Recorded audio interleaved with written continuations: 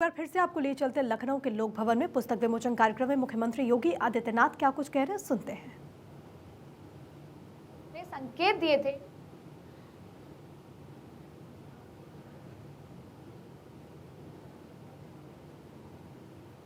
नई भाजपा के शिल्पकार पुस्तक विमोचन के आज के इस कार्यक्रम में मंच पर उपस्थित प्रदेश सरकार के मंत्रिमंडल के मेरे सभी सहयोगीगण, वित्त मंत्री श्री सुरेश खन्ना जी, कृषि मंत्री और पूर्व प्रदेश अध्यक्ष श्री सूर्य प्रताप शाही जी, मंत्रिमंडल के मेरे सभी अन्य वरिष्ठ सहयोगीगण, माननीय विधायकगण, जो मूल पुस्तक है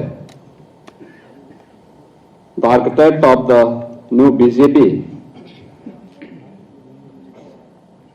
इसके जो लेखक हैं वरिष्ठ पत्रकार श्री अजय सिंह जी, और इस पुस्तक के जो अनुवादक हैं कि नई भाजपा के शिल्पकार श्री सुनील त्रिवेदी जी, प्रकाशक हैं प्रभात प्रकाशन के श्री प्रभात कुमार जी, आज के इस कार्यक्रम में उपस्थित लखनऊ के विभिन्न क्षेत्रों में कार्य करने वाले सभी सुधीजन, उपस्थित महानुभाव,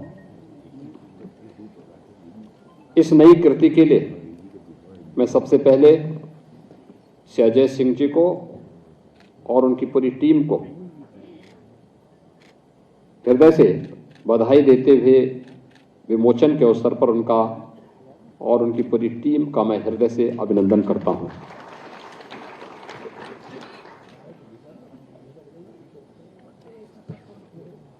भाइयों बहनों, लोकतांत्रिक व्यवस्था में पार्टी की भूमिका क्या होनी चाहिए और पार्टी केवल एक संगठनात्मक ढांचा मात्र है या इससे इतर भी कुछ और, अगर ये सब देखना है तो भारतीय जनता पार्टी के संगठनात्मक कौशल को, जो पिछले 9-10 वर्षों के अंदर दुनिया की सबसे बड़ी राजनीतिक पार्टी के रूप में आज हम सब के सामने है, इसे आप देख सकते हैं। पार्टी सबसे बड़ी राजनीतिक दल दुनिया के अंदर तो है ही, लेकिन अपने संस्थापकों के द्वारा जिन मूल्यों और आदर्शों को ध्यान में रखकर के स्थापित की गई थी, उन सब के संरक्षण के साथ साथ, उन सबको अंगीकार करने के साथ साथ, जो भी पार्टी के संस्थापकों ने जिन बातों का उल्लेख स्थापना कालखंड में की थी, सरकार बनने के बाद उनका प्रभावी क्रियान्वयन, यह दूसरा पक्ष भी। अक्सर क्या होता है राजनीतिज्ञों के बारे में, अविश्वास का एक नया दौर शुरू होता है, और ये तब शुरू होता है जब कथनी और करनी में कोई समन्वय नहीं होता, आचार और विचार में समन्वय नहीं होता। जब व्यक्ति बोलता कुछ और है और करता कुछ और है। सरकार बनने के पहले और सरकार बनने के बाद जब उसमें व्यापक अंतर देखने को मिलता है, तब वह विश्वास का प्रतीक बन जाता है। लेकिन भारतीय जनता पार्टी आज जिस दौर में है, जो कहा वही किया और जो किया उतना ही बोला। यह भारतीय जनता पार्टी ने प्रधानमंत्री मोदी जी के नेतृत्व में आज की भारतीय जनता पार्टी वही कहती है जो कर रही है, वही कर रही है जो बोलती है। कथनी और करनी में कोई भेद नहीं, आचार और विचार में कोई भेद नहीं। दूसरा, हम लोकतांत्रिक व्यवस्था में जी रहे हैं और लोकतांत्रिक व्यवस्था में लोकतंत्र की जो सबसे सहज और सरल परिभाषा दी है वह अमेरिका के पूर्व राष्ट्रपति इब्राहिम लिंकन ने दी थी। वह यानी लोकतंत्र क्या है? जनता का शासन, जनता के द्वारा, जनता के लिए। आपने देखा होगा प्रधानमंत्री पद के लिए नामित होने पर मोदी जी ने पूरे देश के अंदर एक आह्वान किया था, स्टैच्यू ऑफ यूनिटी। भारत के वर्तमान शिल्पी, जो वर्तमान भारत है, इसके शिल्पी के रूप में लौह पुरुष सरदार वल्लभ भाई पटेल की दुनिया की सबसे बड़ी प्रतिमा की स्थापना के समय हर गांव से और हर परिवार से लौह संग्रह और वहां की पवित्र मिट्टी का संग्रह करने का एक विशेष अभियान चला था।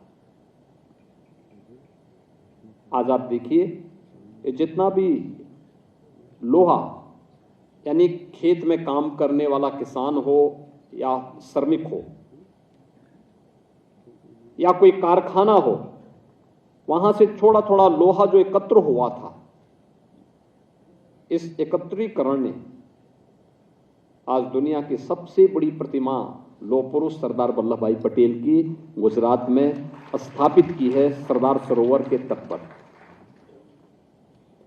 और केवल इन्हीं कार्यक्रमों में नहीं, टेक्नोलॉजी का उपयोग कैसे होना है, टेक्नोलॉजी किस रूप में प्रभावी हो सकती है, संगठनात्मक रूप में करना है तो ऑनलाइन सदस्यता के अभियान को आगे बढ़ाया। 18 करोड़ सदस्य भारतीय जनता पार्टी के पास आज के दिन पर मौजूद हैं। और अगर इसी टेक्नोलॉजी का उपयोग करना है तो जनधन अकाउंट के माध्यम से दुनिया के अंदर पहला देश है जिसने हर गरीब का अपना बैंक का खाता खोल दिया। याद करिए, जब जनधन अकाउंट के लिए एक आह्वान हुआ था, बहुत सारे लोगों को लगता था कि ये तो एक लोगों को जो है केवल एक ख्याली पुलाव खिलाने की बात हो सकती है। लेकिन जब इस सदी की सबसे बड़ी महामारी के दौरान एक गरीब के खाते में पैसे देने की बात आई तो पैसा डीबीटी के माध्यम से उसके अकाउंट में पहुंच गया। उसको बैंक जाने की आवश्यकता नहीं, उसके सामने किसी को चेक लेकर के जाने की आवश्यकता नहीं पड़ी। इतने बड़े पैमाने पर पैसे का लेन देन हर गरीब तक पहुंचाने का कार्य हुआ, लेकिन बिना किसी मानवीय हस्तक्षेप के। दूसरा, भ्रष्टाचार पर प्रहार का एक कितना सशक्त माध्यम बना। आज हम सब इस बात को देख सकते हैं कि हम कोई पैसा यहां से भेजते हैं, देश के अंदर 4 करोड़ गरीबों के मकान बने, मकान का एक एक पाई गरीब के खाते में जाता है।